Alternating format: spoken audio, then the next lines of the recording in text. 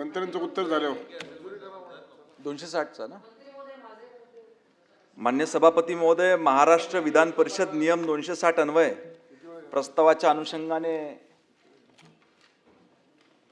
माननीय विधान परिषद सदस्यांनी गृहनिर्माण विभागाशी संबंधित उपस्थित केलेल्या मुद्द्यांची माहिती या ठिकाणी देण्याकरता मी उपस्थित झालेलो आहे. ह्या चर्चेमध्ये सन्मान्य सदस्य प्रवीणजी फुके, सन्मान्य नीलमजी गोरे, सन्मान्य प्रवीणजी दरेकर, सन्मान्य सुनीलजी शिंदे, सन्मान्य इद्रिसजी नाईकवाडी, सन्मान्य सत्यजीतजी तांबे, सन्मान्य डॉक्टर राजीवजी पोद्दार, श्रीमती मनीषाताई कायंदे, सन्मान्य प्रसादजी लाड, सन्मान्य जिशान सिद्दीकीजी, सन्मान्य प्रमोदजी जठार, सन्मान्य पंकजजी भुजबळ, सन्मान्य सुनीलजी कर्जतकर, सन्मान्य रवींद्रजी फाटक, सन्मान्य अभिजितजी वंजारी, श्रीमती माधवीताई नाईक, श्रीमती चित्राताई वाघ, सन्मान्य संजयजी भेंडे, सन्मान्य निरंजनजी डावखरे, सन्मान्य ज्ञानेश्वरजी म्हात्रे इत्यादी सन्मान्य सदस्यांनी याच्यामध्ये सहभाग घेतला.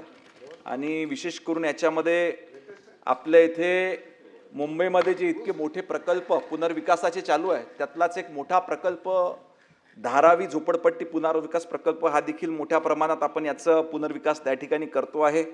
धारावी पुनर्विकास प्रकल्पासाठी स्थापन करण्यात आलेल्या अथॉरिटीच्या माध्यमातून 91,000 निवासी व व्यावसायिक घटकांचे सर्वेक्षण पूर्ण झाले आहे. माटुंगा येथील रेल्वे जमिनीवरील 9,867 पुनर्वसन सदनिका व कुर्ला येथील मातृदुग्धशाळेच्या जमिनीवरील भाडे तत्वावरील घरांच्या योजनेअंतर्गत 4,933 सदनिकांकरिता बांधकाम परवानगी देण्यात आली आहे. तसंच माहीम रेल्वे स्टेशन नजीक रेल्वेच्या जमिनीवर 4,148 सदनिकांचे प्रत्यक्ष काम सुरू झाले आहे.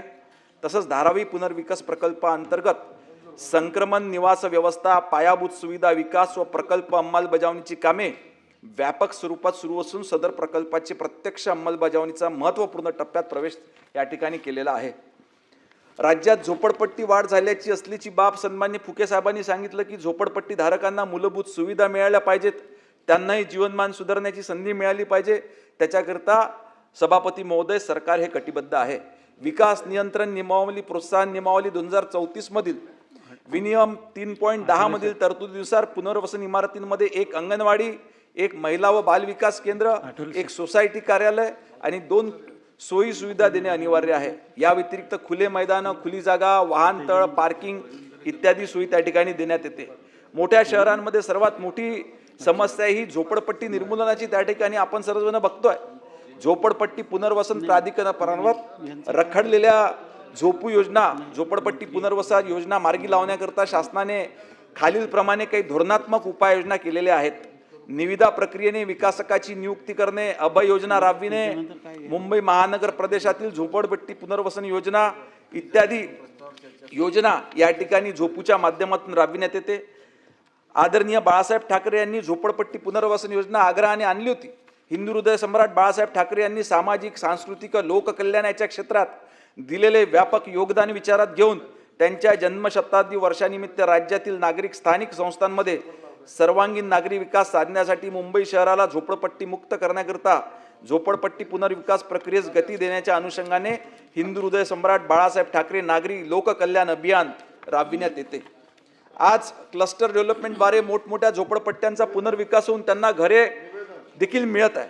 शासनाच्या 13/11/2025 रोजीच्या शासन निर्णयान्वये मोठ्या खासगी, शासकीय, निमशासकीय जमिनींच्या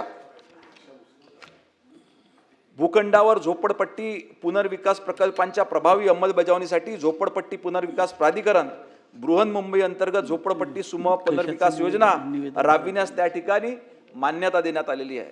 यामध्ये किमान 50 एकर सलग क्षेत्रफळ, त्यानुसार अंधेरी पश्चिम येथील सीडी बर्फीवाला मार्गालगत स्थित 101.35 एकर क्षेत्राचा समूह पुनर्विकास स्लम क्लस्टर रिडेव्हलपमेंट स्कीम पुनर्विकास करण्यास मान्यता देण्यात आली असून यामध्ये जवळजवळ 28,031 पुनर्वसन सदनिकांची निर्मिती त्या ठिकाणी होणार आहे. प्राधिकरणाने बृहन्मुंबई क्षेत्रातील विविध समूह क्षेत्रांचा अभ्यास करून एक अन्य 18 समूह क्लस्टर डेव्हलपमेंट, आशिषजी 18 क्लस्टर डेव्हलपमेंट आपला त्याच्यावर मोठा अभ्यास आहे आणि सन्मान्य प्रवीण दरेकर साहेब याच्यात तर विशेष रुची घेतात. ही देखील योजना त्या ठिकाणी चालू आहे आणि स्वयं पुनर्विकास नावाची जी संकल्पना प्रवीणजींनी या राज्याला दिली याच्याकरता मी त्यांचं गृहनिर्माण विभागाच्या वतीनं मनापासून आभार मानतो.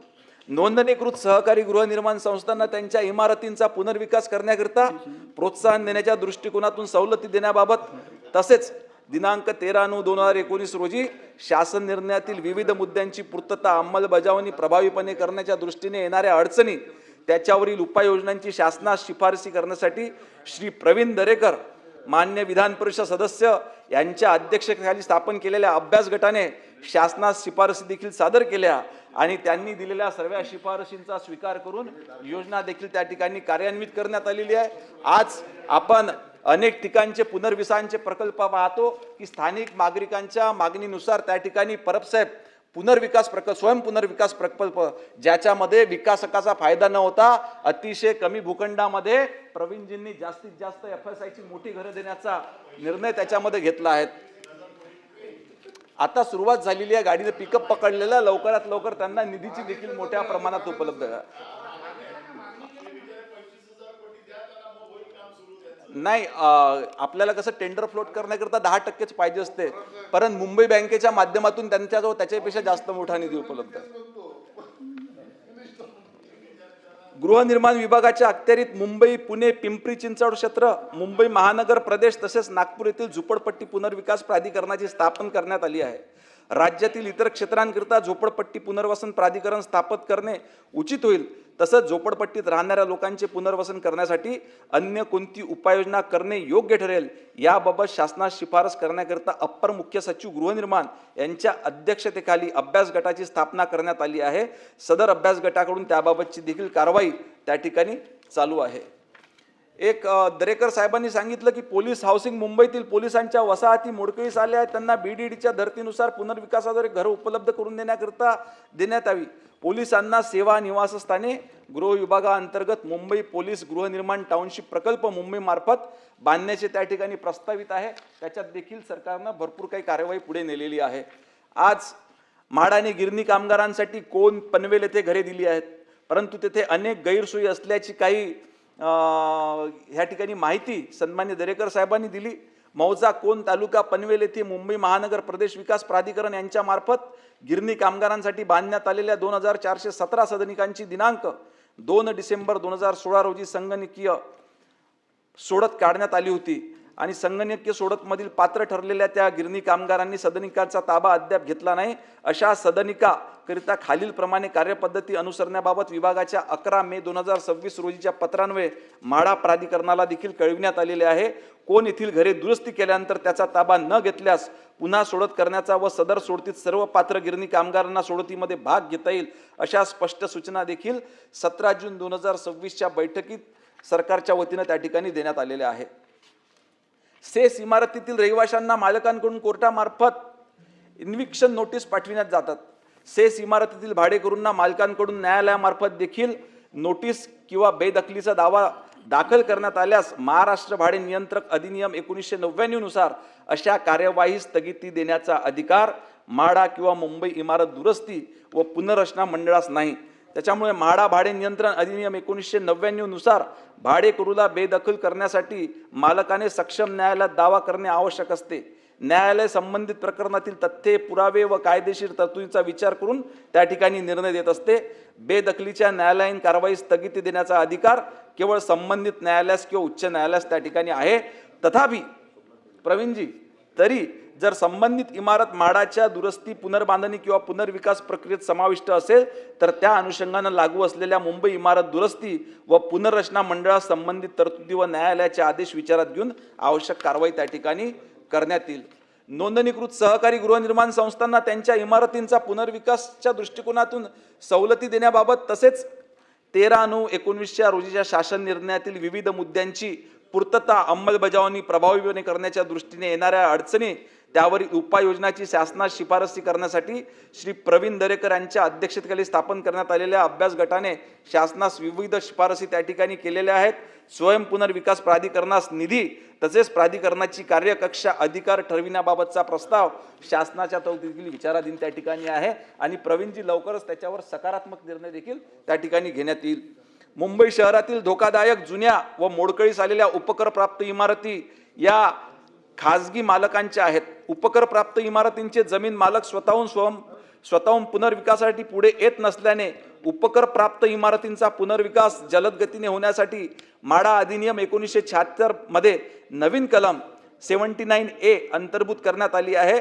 त्यानुसार बृहन्मुंबई महानगरपालिकेने अथवा सक्षम प्राधिकरणाने मुंबई शहरातील उपकर प्राप्त इमारत धोकादायक घोषित केल्यानंतर संबंधित इमारतीच्या मालकास सर्वप्रथम इमारत पुनर्विकासाची संधी देण्यात येते। त्याने 6 महिन्याच्या आत पुनर्विकासाचा प्रस्ताव सादर न केल्यास दुसरी संधी ही इमारतीच्या भाडेकरूंच्या नियोजित सहकारी गृहनिर्माण संस्थेस देण्यात येते।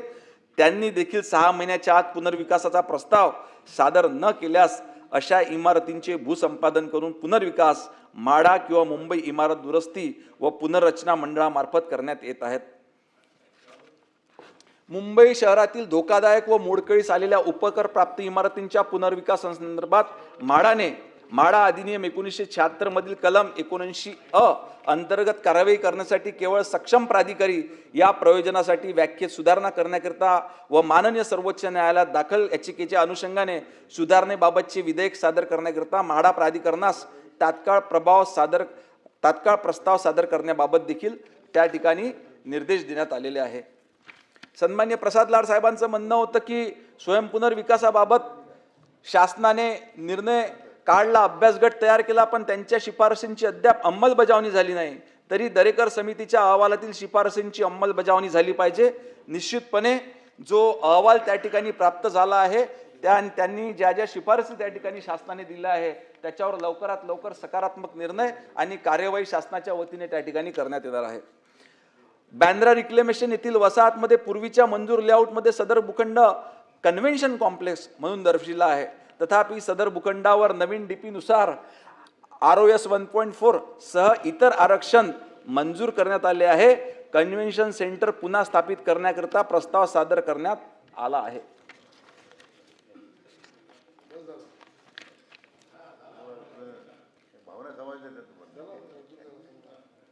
मी जातो पटपट पुढं, काय कोणाला आहे नसतं ते परब साहेब ओरडते तिकडून।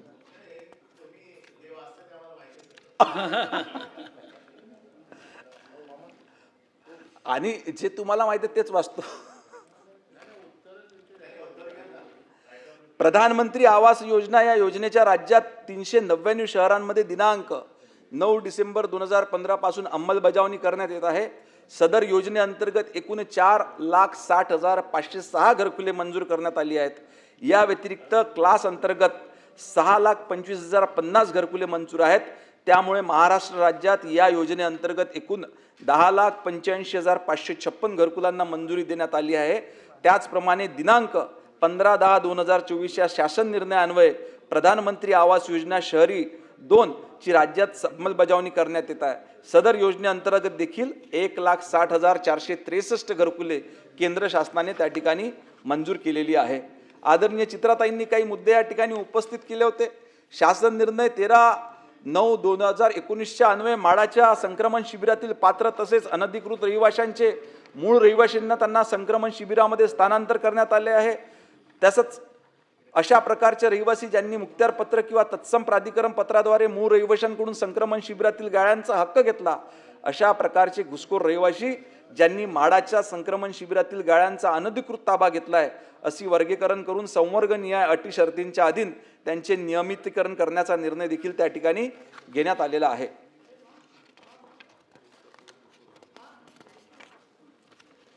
सन्मान्य संजय भेंडे साहेबांनी स्वयं पुनर्विकासाला चालना देण्यासाठी मुंबई बँकेला नोडल एजन्सी म्हणून नियुक्ती देण्यात केल्याचा निर्णय देखील चांगला आहे असं त्या ठिकाणी म्हटलेलं आहे। नोंदणीकृत सहकारी गृहनिर्माण संस्थांना त्यांच्या इमारतींचा स्वयं पुनर्विकास करण्याकरिता प्रोत्साहन देण्याच्या दृष्टिकोनातून सवलती देण्याबाबत तसेच 13/9/2019 रोजी शासनाने निर्णय घेण्यात आले आहे। शासनाने 29/8/2023 रोजीच्या शासन निर्णय अन्वये राज्यातील सहकारी गृहनिर्माण संस्थांच्या पुनर्विकासासाठी सहकार क्षेत्रातील शिखर बँक असलेली राज्य सहकारी बँक ही नोडल एजन्सी घोषित करण्यात आली आहे। सदर नोडल एजन्सी त्या जिल्ह्यात जिल्हा मध्यवर्ती सहकारी बँकेच्या माध्यमातून काम पाहिलं तसेच मुंबई व मुंबई उपनगर जिल्हा तसेच मुंबई महानगर प्रदेश क्षेत्राकरिता मुंबई जिल्हा मध्यवर्ती सहकारी बँक यांना नोडल एजन्सी म्हणून देखील त्या ठिकाणी घोषित करण्यात आलेली आहे। सन्मान्य सदस्य श्री पंकज भुजबळ यांनी गृहनिर्माण सोसायटीच्या स्वयंपुनर्विकासासाठी प्राधिकरण स्थापित करण्याचा निर्णय हा स्वागतार्ह असल्याचे म्हटले आहे. निश्चितच हा निर्णय त्या ठिकाणी स्वागतार्ह आहे. अशा पद्धतीने गृहनिर्माण विभागाशी संबंधित वेगवेगळे मुद्दे या ठिकाणी सभापती महोदय मी या ठिकाणी मांडलेले आहेत. Right to reply. या ठिकाणी एक